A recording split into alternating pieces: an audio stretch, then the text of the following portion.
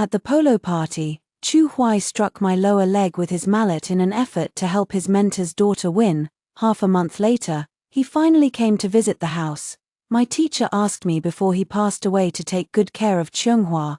I only have sibling feelings for her, don't overthink it. I nodded in silence. Without a word, he doesn't know. That day, upon returning to the manor, I agreed to the marriage with the Pei family, separated by the screen. I couldn't clearly see Huai's expression, but from that unapologetic tone, it wasn't difficult to guess. He still wore that indifferent look, refined and aloof, as if nothing could disturb his emotions. I once thought I was different to him. After all, my father was close to Chu Huai's father, and the two of us could be considered childhood sweethearts. When we were young, the two families jokingly talked about marriage. But it wasn't until Lu Xianxia came to the capital that I understood what it meant to be close to some and distant from others. Chu Huai, who always kept people at arm's length, would accompany her to the lantern festival and buy jewelry, will personally teach her the etiquette and ways of the capital. Even worried that she would be treated harshly by her uncle and aunt, he would bring her into the duke's residence to take care of her. For no other reason than that Lu's father entrusted him to look after his only daughter before his death. Qi dynasty respects teachers and values morality, so Chu Huai's actions did not cause controversy. Instead, it made people praise him for having the grace of a gentleman. Last winter, the three of us went to the temple to offer incense. Suddenly, it began to snow outside. Chu Huai was afraid that the accumulated snow would make it hard to walk. I took the only umbrella and sent Lu Xianxia down the mountain first. Later, it really snowed heavily and blocked the mountain pass. I waited in the temple for a day and a night before my father came to pick me up. This March, the flower viewing feast, Lu Xianxia accidentally picked the peony that the princess royal loved the most. Her face paled in fright. Chu Huai immediately placed the flower in my temple, saying that Lu Xianxia was new and had no family background. If she were reprimanded by someone of importance again, she might find it difficult to establish herself in the capital. Fortunately, the eldest princess and my mother were close friends, so she wasn't angry. Instead, she praised me for having the disposition of pluck the flower when it's ready to be plucked. It's not that I don't have a temper, but every time I get angry, Chu Huai would always say, "Taking care of Xianxia is my teacher's request, I dare not disobey." My hidden thoughts suddenly caught in my throat, a sour and unspeakable feeling. She could only put on a dignified and poised demeanor, treat Lu Xianxia like a younger sister. Enu Temple's Buddhist beads, the headwear of Zhenbao Pavilion, calligraphy and paintings from prestigious families. As long as she asks, I will gladly give it away, but the two of them take my efforts for granted. That day at the polo field, Lu Xianxia knew very well that the prize was my aunt's keepsake. Yet she still begged me to win it and give it to her. When I refused, her face was filled with grievance, as if I were bullying her. Everyone around me advised me to be considerate of Lu Xianxia, the orphan. Chu Huai also looked at me with dissatisfaction, blaming me for not being generous enough. Seeing that I was determined not to agree, he simply stepped in himself, determined to win that hair clasp for Lu Xianxia. In the piercing pain, I suddenly understood, the person Mr. Lu entrusted was Chu Huai. Why should I wade into these troubled waters? Chu Huai was still standing outside the screen, waiting for me to lower my head as usual. Seeing that I hadn't responded for a long time, a hint of impatience in his tone. Shu Lingyi, I don't want to say more to him. I lowered my eyes and replied indifferently, I wasn't thinking too much. I'm a little tired today. Please return, Your Highness. My legs are not well, so I won't see you off, Your Highness. It then occurred to Chu Huai that it was he who had injured my leg. There was a moment of silence. Your leg, are you okay? Very well. No need for the heir to worry. He wanted to say something else. A maidservant suddenly pushed the door open and entered, holding a thick booklet in her hand. Miss, this is the dowry list prepared by Madam. She asked this maidservant to bring it for you to have a look. My marriage with the Pei family is set for 3 months from now. It's a bit rushed. But it's the best date in the past 2 years. Before I could even answer, Chu Huai spoke first, his tone cold and carrying a hint of reproach. Lingyi, I will not get married until Xianxua's marriage is settled. If I had heard these words before, I would surely have wept silently, feeling wronged that even my marriage had to give way to Lu Qianghua. Also, constrained by Chu Huai's gentlemanly demeanor, I dared not raise any objections, but now, I'm just learning from others in the capital. I smiled and gave a compliment. The young master is truly noble. I spent another half-month recuperating at home. Only after confirming that there would be no scarring did my mother finally relax. She then asked me to invite my cousin out to choose a wedding dress. Before leaving, she straightened my collar. Hesitant to speak, "Lingy, have you really let go of that young master from the Duke of Fugua's mansion? If you still care for him, then the Lady Lu, your mother, will take care of it for you." Her eyes felt slightly burning. When I was left alone in the temple, when Chu Huan publicly snubbed me, when I was struck hard by the polo ball, I didn't shed a tear. But today, my mother's simple words almost made me burst into tears.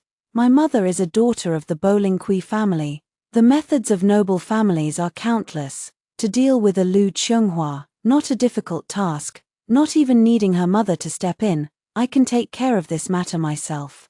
Everything in the past was just out of consideration for Chu Huan. It was just a case of being afraid to break the vase while trying to catch the rat. Besides, upon closer inspection, Lu's family had done nothing wrong. What truly made me give up was Chu Huai himself. I wiped away my tears and took my mother's hand in return. "Mother, if we don't go out soon, the best fabrics will all be taken by others." It was originally just a casual remark to ease the atmosphere, but unexpectedly, it actually came true. Inside the Z workshop, as soon as I reached the entrance, I saw two familiar figures. Lu Qianghua pointed to a box in the center of the store, saying something. The shopkeeper looked embarrassed, but because of Chu Huai beside her, he couldn't lose his temper. He just kept explaining, "Miss Lu, this material was reserved by someone half a month ago. I really can't sell it to you." The shopkeeper's eyes lit up when he saw me. "Miss Shu, you're here," I responded and reached out to pick up the floating cloud brocade, smiling at my friend. "WN Ning, look at this color. It couldn't be more perfect for a bridal veil." Beside him, Lu Qianghua looked at Chu Huai with pleading eyes and gently tugged at his sleeve. Chu Huai frowned slightly, as if waiting for me to step forward and greet him. Unfortunately, I didn't spare him a single glance, even as the shopkeeper wrapped the fabric and saw WN Ning and me out. Displeasure filled his brow as he reached out to stop me. "Lingy, Qianghua really likes this fabric. Could you let her have it first?" Behind Chu Huai, Lu Qianghua looked at me provocatively, a smug expression on her face. In the past, I would definitely have yielded, but now, I simply took a step back, creating a slight distance between myself and Chu Huai. Everyone says that the heir is a gentleman, then surely the heir understands the principle that a gentleman does not take what others cherish better than I do. Chu Huai was stunned for a moment, clearly not expecting me to refuse so directly, and his face immediately darkened. Seeing that the situation was not right, Lu Qianghua quickly spoke up. "Brother Chu Huai, as long as I'm marrying you, Qianghua doesn't care what material is used. Since sister likes it so much, let's not argue with her. Is Chu Huai going to marry Lu Qianghua?" My steps halted in place, surprised but also feeling a sense of relief. I should have thought of it sooner. What could be better than marrying her and taking care of her at home? I gave a wry smile, glancing faintly at Chu Huai. His face was without a trace of emotion, his tone as if it were only natural. "Lingy, Qianghua is only a secondary wife, her family is not prominent, and she can't find a good husband in the capital. You know, my teacher's kindness to me is as high as a mountain, and I cannot let down his last wishes. I've already spoken to my mother. Once Qianghua enters our home, we'll go to your house to propose marriage." Besides being Chu Huai's teacher, Mr. Lu once took an arrow for him during an autumn hunt. It's no exaggeration to say his kindness is as heavy as a mountain. Chu Huai wanted to continue speaking, but I suddenly found it all a bit laughable. Just how lowly was I in the past, that Chu Huai could say these things to me without batting an eye. Wan stood beside me, so angry she blurted out, "What nonsense are you thinking? Our Lingy is already betrothed to the Pei family." I raised my hand to cut her off, offering Chu Huai a dignified yet distant smile as I spoke slowly and clearly. If you're truly indebted to her beyond measure, young master, you ought to marry Miss Lu as your legal wife, for a lifetime of mutual devotion, one husband, one wife." With that, I turned and left without looking back. Only Chu Huai remained standing there, his expression dark and unreadable. After that day, I rarely went out, staying at home peacefully to embroider my wedding dress. Marriages between noble clans had continued unbroken for centuries. The current matriarch of the Hadong Pei clan was my cousin aunt. Though she was a second wife, she had managed the clan for years and wielded considerable prestige. She also got along harmoniously with the eldest son from her husband's first marriage. Marrying into the Pei family would be a union of relatives, saving me from the troubles of a difficult mother-in-law while strengthening the bond between the Pei and Kui clans, a deal with no drawbacks. Days passed quietly. I saw Chu Huai and Lu Qianghua again at Marquis Ningyuan's poetry gathering. News that the Duke of Fugua's heir was taking his late teacher's daughter as a co-wife had spread throughout the capital half a month earlier. Today, Lu Qianghua attended the banquet as Chu Huai's fiancée, her every gesture exuding the air of a young mistress of the Duke's mansion. Standing side by side, they looked like a match made in heaven. Anyone who saw them would praise their talent and beauty. Yet somehow, Chu Huai did not seem happy. His thin lips were tightly pressed, and his gaze drifted to me from time to time. I avoided his eyes, following my mother as she exchanged pleasantries with Marquis Ningyuan's wife. Marquis Ningyuan's wife was the current empress's younger sister. Known as the capital's most talented woman in her maiden days, she lived freely after marriage, hosting poetry gatherings from time to meet friends through verse and admire elegant pursuits.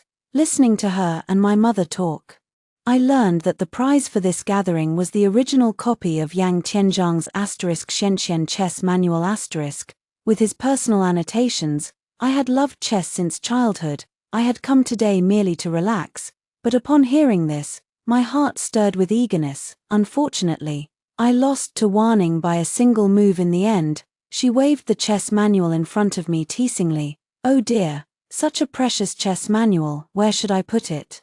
How about I place it in Miss Shu's dowry trunk and ask Miss Shu to keep it for me?" I laughed and chased after her, pretending to tear her mouth. Turning around, I found Chu Huai standing behind us. "Lingy, may I speak to you privately?" I hesitated for a moment before agreeing. It was time to make things clear to him face to face. In the corridor, Chu Huai stood with his hands behind his back. His first words were accusatory. "Qianghua asked you to come with her today. Why did you refuse?" I was stunned by his question. Yesterday, Lu Qianghua had indeed sent someone with a message. She said she had few acquaintances in the capital, and invited me to the banquet. Between the lines, she implied that since we would soon share the same husband, we should be closer than others, a thought that made me uncomfortable. So I sent a reply declining. "I never imagined this would also be my fault," I retorted. "Who is Lu Qianghua to me? Am I obligated to obey everything she says?" Chu Huai frowned even more, his eyes filled with anger. "Shu Lingy, how long are you going to act like this? I've already told you I only see Qianghua as a younger sister. Marrying her is just to give my teacher an explanation." Even now, Chu Huai still thought I was throwing a tantrum. Further explanation was useless. Unwilling to linger, I turned to leave, but Chu Huai blocked my path, speaking in a tone that sounded like he was doing me a favor. "Qianghua is very interested in that chess manual. Later, give it to her in front of everyone as an apology." I looked at Chu Huai coldly, feeling no emotion in my heart. "Young master, I must not have made myself clear before. Who you marry, whether as your legal wife or co-wife, has nothing to do with me. Furthermore, I have done nothing wrong. I owe no one an apology." Chu Huai let out a bitter laugh. His brows and eyes clouded with anger. "Shu Lingy, how long are you going to play these hard-to-get games? Which noble clan doesn't have multiple wives and concubines? Qianghua is an orphan, and only a co-wife at that. She can never surpass a young lady of the minister's mansion like you. Why must you make things difficult for her?" Chu Huai and I parted on bad terms.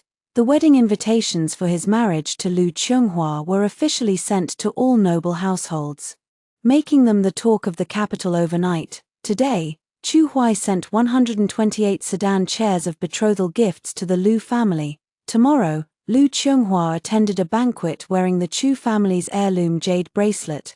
News spread like wildfire. Even the uneducated children on the streets knew that the Duke of Fugua's heir was a righteous man who took meticulous care of his late teacher's orphaned daughter. I ordered my servants not to tell me any news related to Chu Huai.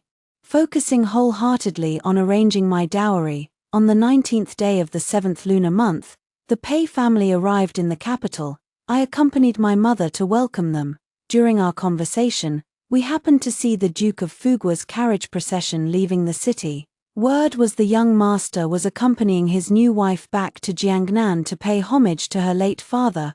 On the 3rd day of the 8th lunar month, the Pei family officially presented the betrothal gifts. That was the first time I met my fiancé, Pei Wang, the eldest legitimate son of the Hadong Pei clan.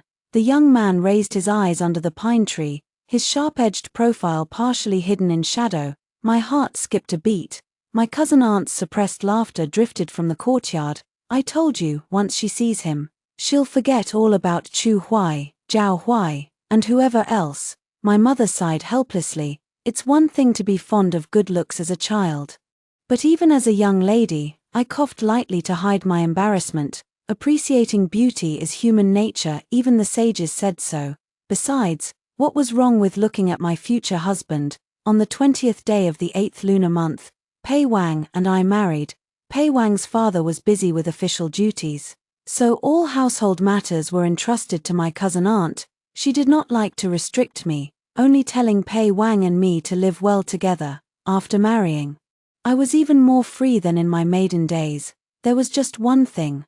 Pei Wang and I had not yet consummated our marriage. After holding it in for a few days, I finally couldn't bear it and told my mother when I went home. On the carriage back to the Pei mansion, I thought about my mother's words, my cheeks burning with embarrassment. Seeing that it was almost time for Pei Wang to return from court, I waited in the flower hall. However, instead of Pei Wang, I received 2 unexpected visitors. I was somewhat surprised when the doorkeeper reported their arrival.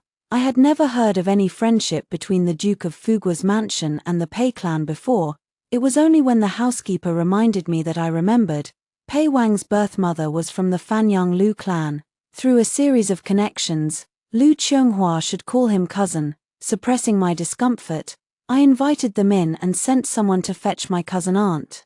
Before they entered, I heard Lu Qianghua's delicate voice. Husband, cousin Pei and I are relatives. With this connection, it will be easier for us to visit in the future. Shu Lingyi, what are you doing here? Growing more irritable, I took a sip of tea gently. Why is it strange that I'm here? Seeing their confused expressions, a guess formed in my mind. Young Master and Miss Lu have just returned from Jiangnan. Chu Huai nodded slightly, confirming my guess. No wonder, when they left the capital, my wedding invitations had not yet been sent out. Now they had come directly to the Pei mansion as soon as they returned from Jiangnan. They probably had no idea I was married. Chu Huai thought for a long time before his expression softened slightly. He asked casually, "Are you waiting for your cousin aunt here?" Yes, I really was waiting for my cousin aunt, so I could politely take my leave and stay away from them. After getting an affirmative answer, he resumed his calm demeanor, gesturing for Lu Qianghua to sit. Lingyi's cousin aunt is Pei Wang's stepmother. It's not strange for her to be here. Upon hearing this, Lu Qianghua looked at me with a hint of pride. So that's it, then Miss Shu is also cousin Pei's cousin. But a cousin from the stepmother's side is not a proper relative after all. Since Miss Shu is not yet married, you should visit the Pei mansion less often lest people gossip. The maid beside me tried to speak, but I waved her off, looking at Lu Qianghua calmly. Oh, if I'm not mistaken, Miss Lu lived in the Duke's mansion before she married. Lu Qianghua was choked by my words, her face flushing with embarrassment. She looked at Chu Huai with a wronged expression. Husband, I only said that for sister's sake. As expected, the moment Chu Huai saw her like this, he instinctively wanted to blame me. Restraining himself because they were in the Pei mansion, he lowered his voice slightly. Shu Lingyi, must you keep making things difficult for Qianghua? If you continue like this, don't blame me for. Before he could finish, a figure with the scent of pine walked in from outside. "Why is the house so lively today?" Beside me. Chu Huai kept winking at me, ignoring him. I stepped forward to take the box from Pei Wang's hand. "Husband, what have you brought me today?" The sound of a teacup shattering echoed through the room. The hall was strangely quiet. Chu Huai's eyes were bloodshot, staring fiercely into mine. "What did you call him?" I took Pei Wang's arm and smiled at him coquettishly. "Does the prince not know? Xian and I were married last month. Now, the prince should address me as Lady Pei." Chu Huai's face turned pale instantly. "Qianghua, don't joke like that. Didn't we agree that after I return from Jiangnan, I would go to your house to propose marriage? The day I went to see you, you were clearly still counting your dowry." Speaking of which, Chu Huai seemed to have suddenly thought of something, and suddenly looked up. "Did you then arrange your marriage with the Pei family, yes or no?" There was a faint tone of questioning. "So what if I did?" Very well, Chu Huai said good 3 times, looking hurt. "No wonder you were indifferent to me taking a second wife. It turns out you've latched onto the Pei family." I suppressed my smile and looked at him coldly. "Chu Huai, I told you long ago, whoever you marry has nothing to do with me. It's you I'm talking about. On the one hand, you think about marrying your benefactor's daughter to fulfill a grand purpose.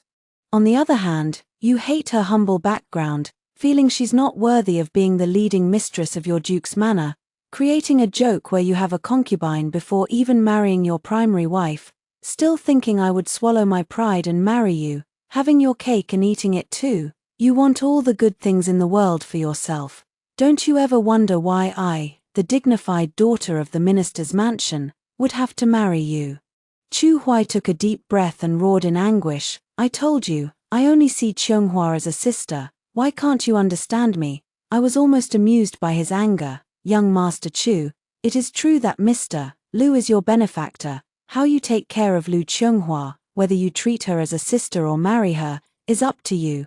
But forcing others to do what they don't want to do is wrong of you. There are so many poor people in the world.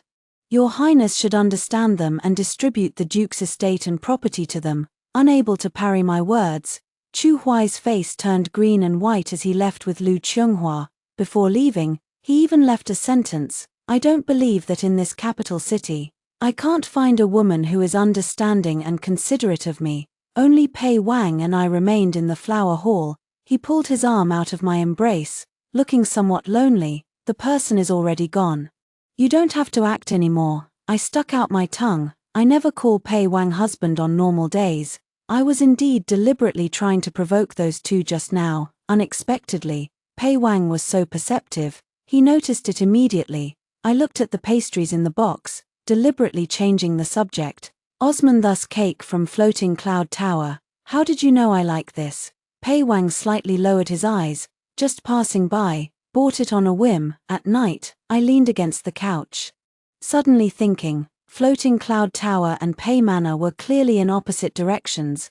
The words my mother had said during the day floated back into my ears. I suddenly sat upright on the couch. "Liu Li, go and invite the son-in-law over." When Pei Wang arrived, the servant girl was massaging my waist. "No way." I got up too fast and twisted it. I gave him a resentful look, thinking about how to start the conversation. "Let me do it." Before I could think, Pei Wang took the medicated oil from the maid and sat down beside me, his warm palm pressed firmly against my waist. As if possessed, I blurted out, "I haven't liked Chu Huai for a long time." The man acted as if he hadn't heard. He tended to my injury, preoccupied. The candlelight flickered in the room.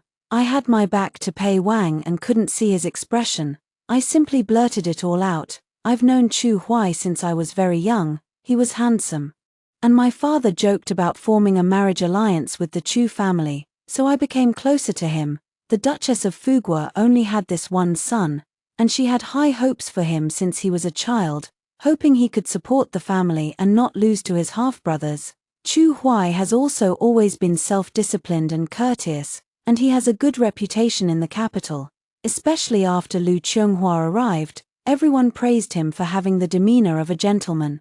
He became increasingly kind to Lu Qianghua as well. It would be one thing if he was just kind to her, but he repeatedly made me feel wronged. At first, I was unwilling to accept it, but later I figured it out. Maybe all these years, I never really understood him.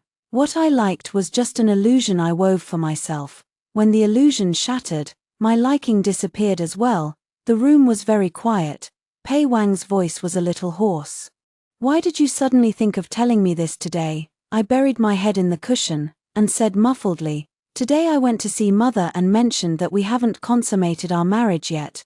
Mother said the most important thing between husband and wife is honesty." A sharp pain shot through his waist. Pei Wang turned his head away, his Adam's apple giving a slight twitch. How could you still tell your mother-in-law about these things?" I leaned close to him. Blinking my eyes, "It's your fault for not consummating our marriage with me. If I don't talk to my mother, am I supposed to go out on the street and tell strangers?" Before I could finish speaking, Pei Wang's handsome face suddenly magnified before my eyes. Cool, thin lips pressed against mine, red candles flickered, filling the room with romance. Chu Huai was indeed beginning to select a principal wife candidate in the capital. He held himself in high regard, refusing even to meet the daughters of officials below the third rank, for he was determined to find a wife who would benefit his official career. Unfortunately, the ladies in the capital were all sharp and shrewd. They would gladly praise and commend Chu Huai, giving the Marquis's household face, of course. But to have their own daughters marry into his household, that was absolutely out of the question. Over time, Chu Huai actually started writing letters to me, saying that if I divorced Pei Wang, he would be willing to put aside past grievances and marry me. I was furious and immediately posted his letter on the main street. Before long, Chu Huai's reputation in the capital plummeted. Everyone said the heir to the Duke of Fugua was overly calculating, always wanting to use someone else's cherished daughter as a stepping stone. Chu Huai couldn't stand hearing such things, and daily drowned his sorrows in wine, causing several mistakes in his duties and being punished repeatedly.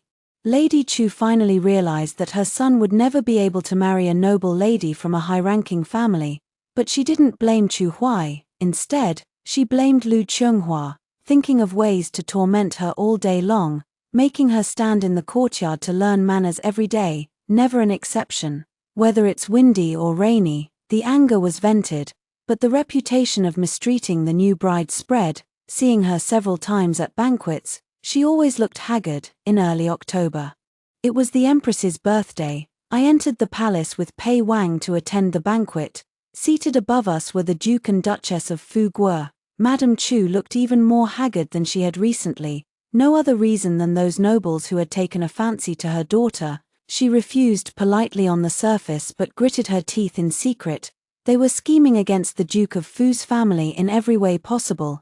Chu Huai was demoted several ranks in succession. Even the Duke of Fugua was implicated. After the banquet, His Majesty summoned Pei Wang. "Then I'll take the maids and return to the mansion first." The carriage hadn't gone far when it suddenly stopped again. Liuli lowered her voice and whispered, "Madam, it's the carriage from the Viceroy's mansion." I lifted the curtain, and Chu Huai stood in front of the carriage, his face blank with shock, nowhere near the spirited and confident figure he had been just a few months ago.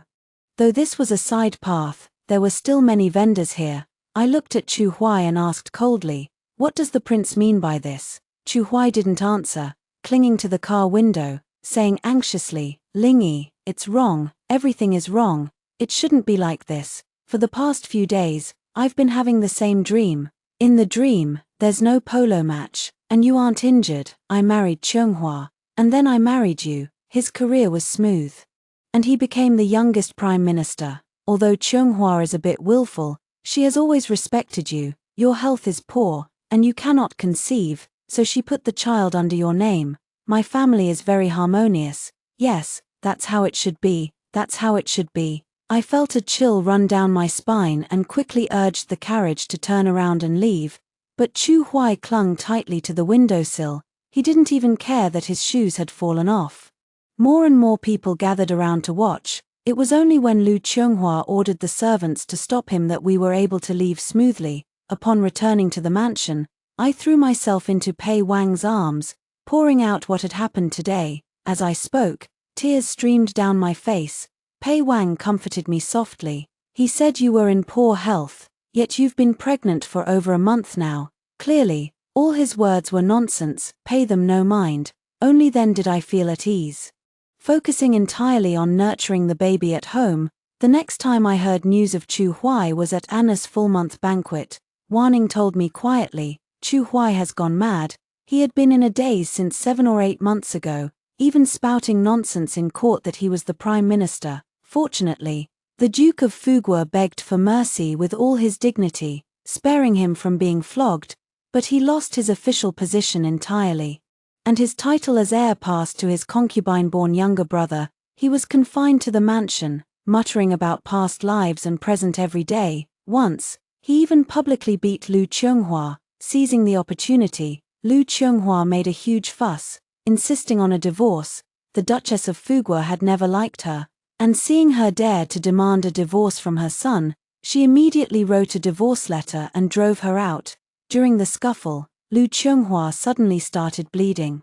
Only then did everyone learn she was pregnant. The Duchess regretted it deeply, but it was too late. She blamed Lu Qianghua for everything, refusing to let her rest during her miscarriage and sending her to the family temple that very night.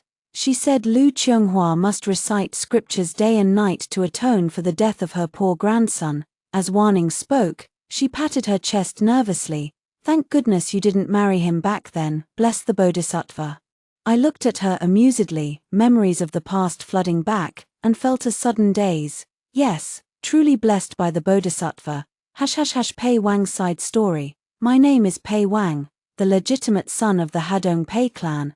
I was 9 years old when my mother passed away. Less than half a year later, my father married a second wife. On their wedding day, I did not appear, sitting alone under my mother's favorite tree, lost in thought. That was when Xu Lingyi appeared. She stared at me with wide eyes, drooling slightly. I turned away, but she scurried around to face me again, grinning foolishly. Brother, you're so handsome. Seeing I didn't respond, she pulled a candy from her handkerchief. Brother, why are you alone here? Aren't you happy? I knew she was my stepmother's cousin niece. During the wedding procession earlier, she had been the loudest shouting auntie. Auntie, I disliked my stepmother, and I disliked her too. I swatted her hand away sharply. She was startled, clutching the hem of her dress awkwardly, smiling at me ingratiatingly. Something in my heart softened suddenly. She was just a little girl, why take my anger out on her? I had thought Xu Lingyi would leave after the wedding banquet, but to my surprise, she stayed at the mansion. I heard it was my stepmother's request. Having married far from home, she wanted her young niece to stay a while longer to keep her company.